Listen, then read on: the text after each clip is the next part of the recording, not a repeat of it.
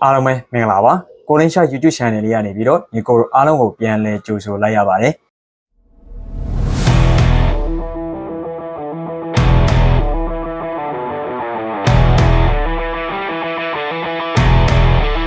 ်ညကလည်းညီကိုအားလုံးအဆင်ပြေခဲ့ကြမယ်လို့မျှော်လင့်မိပါတယ်ကျွန်တော်ရဲ့ Telegram channel လေးမှာတော့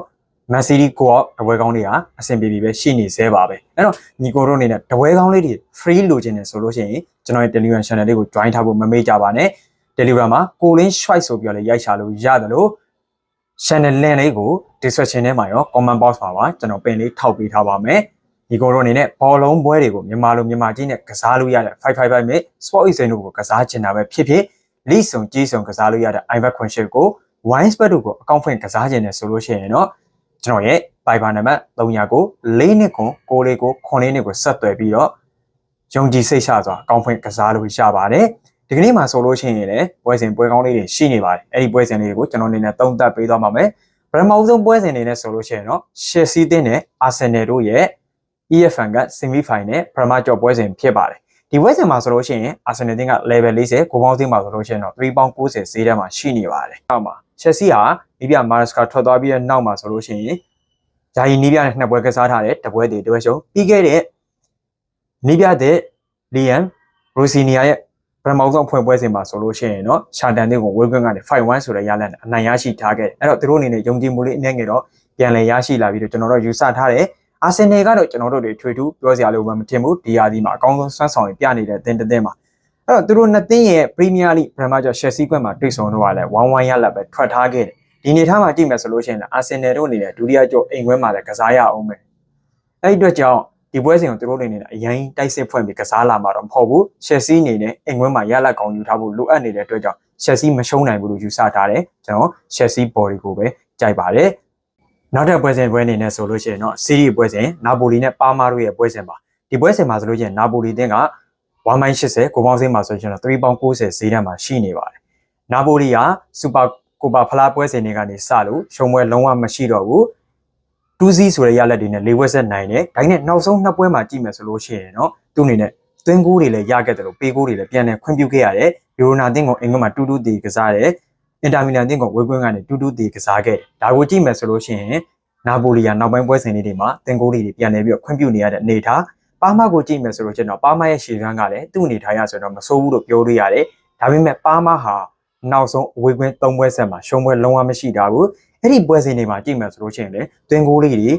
တကိုးစီရထားတာကိုတွေ့မြင်ရရင်နာပိုလီကိုပါမမထင်မှတ်ဖဲနဲ့ဂိုးတကိုးရသွားနိုင်တယ်အဲ့ဒါဆိုရင်နာပိုလီအနိုင်ဆုံး3လုံးသွင်းရတော့မယ်3-1တစ်ပေါက်ဆိုရင်ကိုကပေါ်နေပြန်ပြီအဲ့တော့ဒီကြီးအနေထားရကြည့်မယ်ဆိုရင်နာပိုလီက2-0တစ်ပေါက်ဆိုရင်ကျွန်တော်ပါမစီကနေပြီးတော့သွင်းဂိုးလေးတကိုးတော့ညှို့လင်းထားတယ်ပါမသာတကိုးသွင်းနိုင်မယ်ဆိုရင်တော့နာပိုလီ3ဂိုးသွင်းရတော့မယ်နာပိုလီကြီးအောင်ဖို့ခက်လိမ့်မယ်လို့ကျွန်တော်ကယူဆထားတဲ့အတွက်ကြောင့်ကျွန်တော်ဒီပွဲစဉ်မှာပါမာဘော်ဒီကိုအရေးဆုံးရွေးချင်တယ်ပါမာသာတကိုးရမယ်ဆိုရင်အနိုင်ဆုံး3လုံးရောက်သွားတိုင်းနဲ့အချိန်ရှိတဲ့အတွက်ကြောင့်ကိုပေါင်းပေါ်ကိုပါထပ်ပြီးတော့ရွေးချယ်ပေးချင်ပါတယ်နောက်တစ်ပွဲကတော့အင်တာမီလန်တင်းနဲ့လက်ရှိတို့ရဲ့စီးရီးပွဲစဉ်ပါပဲဒီပွဲစဉ်မှာဆိုလို့ရှိရင်အင်တာမီလန်တင်းက2.40ကိုပေါင်းဈေးကတော့3.20ဈေးထဲမှာရှိနေပါတယ်လက်ရှိရှေ့စွမ်းနေရကြည့်မယ်ဆိုလို့ရှိရင်တော့တန်းဆင်းစုံနာမှာကတ်နေတဲ့လက်ရှိတို့အင်တာမီလန်ကိုနိုင်ဖို့ဆိုတာခက်ခဲပါလိမ့်မယ်အင်တာမီလန်ဟာပြီးခဲ့တဲ့ပွဲစဉ်မှာနာပိုလီကိုတီကျခဲ့တာကလည်းရင်ရှေ့ကပွဲစဉ်တွေမှာရလဒ်ကလေးတွေကကောင်းထားတယ်အဲ့တော့ရှေ့ကပွဲစဉ်တွေမှာကြည့်မယ်ဆိုလို့ရှိရင်အင်တာမီလန်3ဂိုးပြတ်နိုင်တဲ့ပွဲစဉ်တွေဆိုတာလည်းအနည်းငယ်လေးရှားနေတဲ့သဘောမှရှိတယ်အဲ့တော့ဒီပွဲစဉ်မှာလက်ရှိဟာတန်းစင်းစုံတာကတ်နေတယ်ဆိုပေမဲ့အသင်းကြီးတွေဆိုရင်မထင်လို့ဒုက္ခပေးတတ်ပါတယ်ပြီးခဲ့တဲ့ဂျူဗင်တက်စ်နဲ့ပွဲစဉ်မှာဆိုလို့ရှိရင်ဝေးကွင်းကနေ1-1တီကစားထားခဲ့တယ်အဲ့လိုပုံစံမျိုးတွေလက်ရှိကလောက်တက်တဲ့အနေထားမှာ2.40 3.20ဆိုတဲ့ဈေးတန်းအင်တာမီလန်အသင်းရဲ့သွင်းဂိုးတွေပဲမြင်ရမယ်ဆိုတာကတော့သိကြတယ်ဒါပေမဲ့လက်ရှိအနေနဲ့3-0 4-0မပြတ်အောင်တော့ခံကစားနိုင်မယ်လို့ကျွန်တော်ကယုံကြည်မိနေတယ်အဲ့အတွက်ကျွန်တော်ဒီပွဲစဉ်မှာကိုပေါင်းအောက်ကိုအဓိကထားပြီးတော့ရွေးချယ်ပေးချင်ပါတယ်ပွဲစဉ်တွေများနေတဲ့အတွက်ကြောင့်ကျွန်တော်အနေနဲ့တိုတိုနဲ့လူရင်းလေးတွေပဲသုံးသပ်ပေးရခြင်းပဲဖြစ်ပါတယ်ခင်ဗျာနောက်တစ်ပွဲကဂျာမန်ဘွန်ဒလီဂါပွဲစဉ်ဘူဘတ်တင်နဲ့စိန့်ဘော်လီတို့ရဲ့ပွဲစဉ်ဖြစ်ပါတယ်ဒီပွဲစဉ်မှာဆိုလို့ရှိရင်ဘူဘတ်တင်က level ရှုံးကိုပေါင်းဈေးမှာဆိုလို့ရှိရင်တော့3.90ဈေးထဲမှာရှိနေပါတယ်နှစ်သင်းစလုံးဟ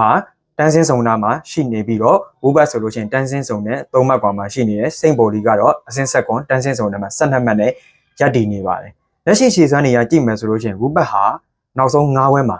2ပွဲနိုင်1ပွဲတည် နောက်ဆုံးနှစ်ပွဲဆက်မှာကြည့်မယ်ဆိုရင်ရှုံးပွဲတွေတွေ့ကြုံထားရတယ်တွင်းကိုတွေလည်းရခဲ့တယ်ဂိုးတွေလည်းစက်တိုက်ပြန်လည်းခွင့်ပြုခဲ့ရတယ်စိတ်ဘော်လီကိုကြည့်မယ်ဆိုလို့ရှိရင်တော့ရှေ့ပန်းပွဲစဉ်မပါဘူးနောက်ဆုံး၄ပွဲမှာကြည့်မယ်ဆိုရင်နှစ်ပွဲနိုင်နှစ်ပွဲတည်ကြခဲ့တယ်အဲ့ဒီပွဲစဉ်တွေထဲမှာဂျာမန်ဘွန်ဒလီဂါပွဲစဉ်၃ပွဲပါခဲ့တယ်တစ်ပွဲနိုင်နှစ်ပွဲတည်ကြခဲ့တယ်ပေါ့အဲ့တော့အဲ့လိုမျိုးအနေထားမှာစိတ်ဘော်လီကနောက်ပိုင်းပွဲစဉ်တွေမှာ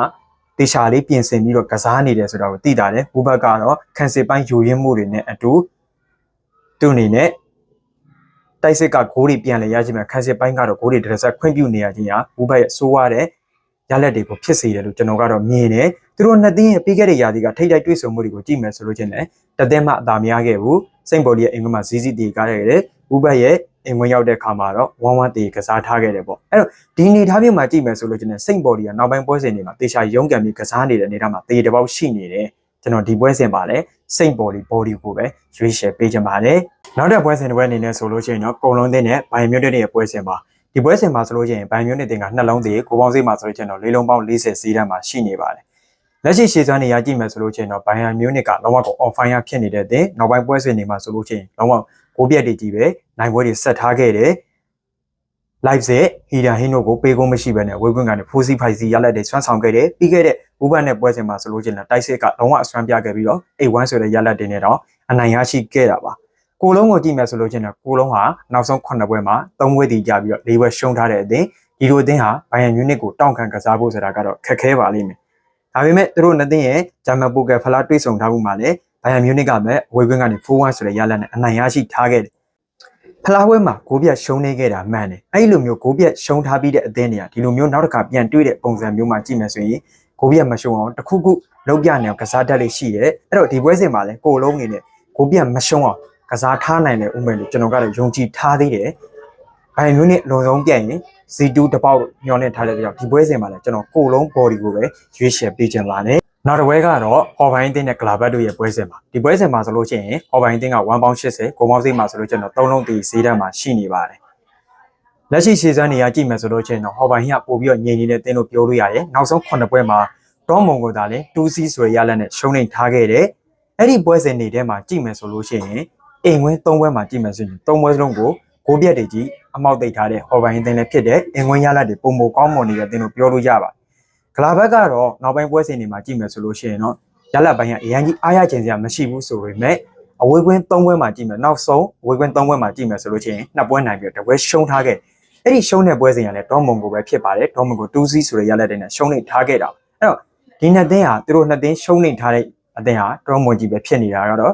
တိုက်ဆိုင်မှုလို့ပဲပြောရမှာလည်းဖြစ်တယ်သူတို့နှစ်သင်းရဲ့ထိတ်တိုက်တွေ့ဆုံမှုတွေကိုကြည့်မယ်ဆိုလို့ရှိရင်လည်းတွင်းကိုတွေကအနိုင်ဆုံး3ဂိုးရောက်တတ်တဲ့အသင်းတွေဖြစ်တဲ့အင်ကွင်းဝေးကွင်းအထာမထားဘဲနဲ့ဖြုတ်တတ်တဲ့အသင်းတို့ပြောရမှာဖြစ်တဲ့အတွက်ကြောင့်ဒီပွဲစဉ်ဟာတွင်းကိုအနိုင်ဆုံး3ဂိုးရောက်ပါလိမ့်မယ်ကျွန်တော်ကတော့ဂိုးပေါင်းပေါ်ကိုပဲအဓိကထားရွေးချယ်ပေးခြင်းပါတယ်နောက်တစ်ပွဲကတော့ live set နဲ့ frame back တို့ရဲ့ပွဲစဉ်မှာဒီပွဲစဉ်မှာဆိုလို့ရှိရင် live set တင်က1ပေါင်း60ဂိုးပေါင်းစိမှာဆိုလို့ရှိရင်တော့3လုံးတီဈေးတန်းမှာရှိနေပါတယ်ဘိုင်ယန်မြူနစ်ကိုဂိုးပြတ်ရှုံးပြီးတဲ့နောက်ရလက်တွေဇက်တိုက်ကောင်းလာတဲ့ live set တင်နောက်ဆုံး2ပွဲဆက်မှာကြည့်မယ်ဆိုလို့ရှိရင်တော့အဝေးကွင်းတစ်ပွဲအိမ်ကွင်းတစ်ပွဲကိုပြတ်တွေရှုံးနေထားခဲ့တယ်အဝေးကွင်းမှာ Junior Valentine ကို3-1ဆိုတဲ့ရလဒ်နဲ့ရှုံးနေခဲ့တယ်ပြီးခဲ့တဲ့ပွဲစဉ်မှာဆိုလို့ရှိရင်တော့အိမ်ကွင်းမှာပဲဒီဘာကိုစင်တင်းကို3-1ဆိုတဲ့ရလဒ်နဲ့ကိုပြတ်တွေရှုံးနေထားခဲ့တယ်အဲ့တော့ live စစ်အနေနဲ့ရလဒ်တွေကကျဆင်းနေပြီလားရှေ့စွမ်းမဲ့တကယ်ကျသွားတာလားဆိုတော့ကျွန်တော်တို့တွေစဉ်းစားကြရရှက်တော့ဖြစ်ပါတယ် Flying back ကိုကြည့်မယ်ဆိုတော့ကျွန်တော် Flying back ဟာ live စစ်နဲ့ပြောင်းပြန်ရလဒ်တွေတောက်လျှောက်တက်လာတဲ့အသင်းဖြစ်တယ်နောက်ဆုံး9ပွဲမှာဆိုရင်ရှုံးပွဲတစ်ပွဲပဲကြည့်ကြတယ်နောက်ဆုံး4ပွဲဆက်3ပွဲနိုင်ပြီးတော့တစ်ပွဲတည်ကြာထားခဲ့တာပါအဲ့ဒီပွဲစဉ်တွေထဲမှာကြည့်မယ်ဆိုလို့ရှိရင်တော့ Fine Bat ဟာနောက်ဆုံး9ပွဲမှာအဝေးကွင်း2ပွဲပါတယ်တစ်ပွဲရှုံးတစ်ပွဲနိုင်ဘူဘတ်ကို 4-3 ဆိုရရလက်နဲ့အနိုင်ရရှိထားခဲ့တာပါအဲ့တော့ license နဲ့ Fine Bat ဟာလက်ရှိရှည်စွမ်းနေရကြည့်မယ်ဆိုလို့ကျွန်တော်ပြောင်းပြန်နေထားမျိုးရှိနေတယ်ဒီပွဲစဉ်မှာ live set တို့အနေနဲ့ရှုံးလို့မရတော့တဲ့အနေထားမျိုးလို့ပြောချင်တယ်ဘာလို့လဲဒီပွဲစဉ်မှာသာရှုံးလိုက်မယ်ဆိုလို့ရှိရင်တော့လီဗာပူးစင်နဲ့ရမတ်တူနေထားမျိုးပဲဖြစ်နေအောင်မှာဖြစ်တယ်အဲ့တော့သူတို့အနေနဲ့ချန်ပီယံလိဝင်ခွင့်အတွက်အနေငယ်တတိထားရတော့မယ့်အခြေအနေပါဖိုင်ဘတ်သာနိုင်သွားခဲ့မယ်ဆိုလို့ရှိရင်တော့အဆင့်၄နေရာနဲ့3မှတ်တော့ကွာတော့မယ့်အနေထားမျိုးပဲဖြစ်နေတယ်သူတို့နှစ်သင်းရဲ့ထိတ်တိုက်တွေ့ဆုံမှုတွေအနေထားကိုကြည့်မယ်ဆိုလို့ရှိရင်လည်းလိုက်စစ်ရဲ့အင်ကွန်ရောက်ပြီဆိုလို့ရှိရင်တော့လိုက်စစ်ကပဲအသာရထားတာများတယ်နောက်ဆုံး3ချိန်ဆယ်လဲ6ပြတ်တွေပဲအနိုင်ရရှိထားခဲ့တာပါအဲ့တော့လိုက်စစ်တို့အနေနဲ့နိုင်ပွဲပြန်လည်ရရှိတဲ့ပြီလို့ကျွန်တော်ကတော့ယူဆထားတယ်အနိုင်ဆုံးတကိုးနဲ့နိုင်မဲ့ live set body ကိုပဲအဓိကထားရွေးချယ်ပေးခြင်းပါတယ်ညီကိုတို့အနေနဲ့ကျွန်တော်ရွေးချယ်ပေးတဲ့ပွဲစဉ်လေးတွေကိုအကြိုက်တူမှလာယူကြပါအကြိုက်မတူဘူးဆိုလဲပတ်ကန်ကြပါဗျာ ညီကိုအားလုံးကစားသမျှအဆင်ပြေကြပါ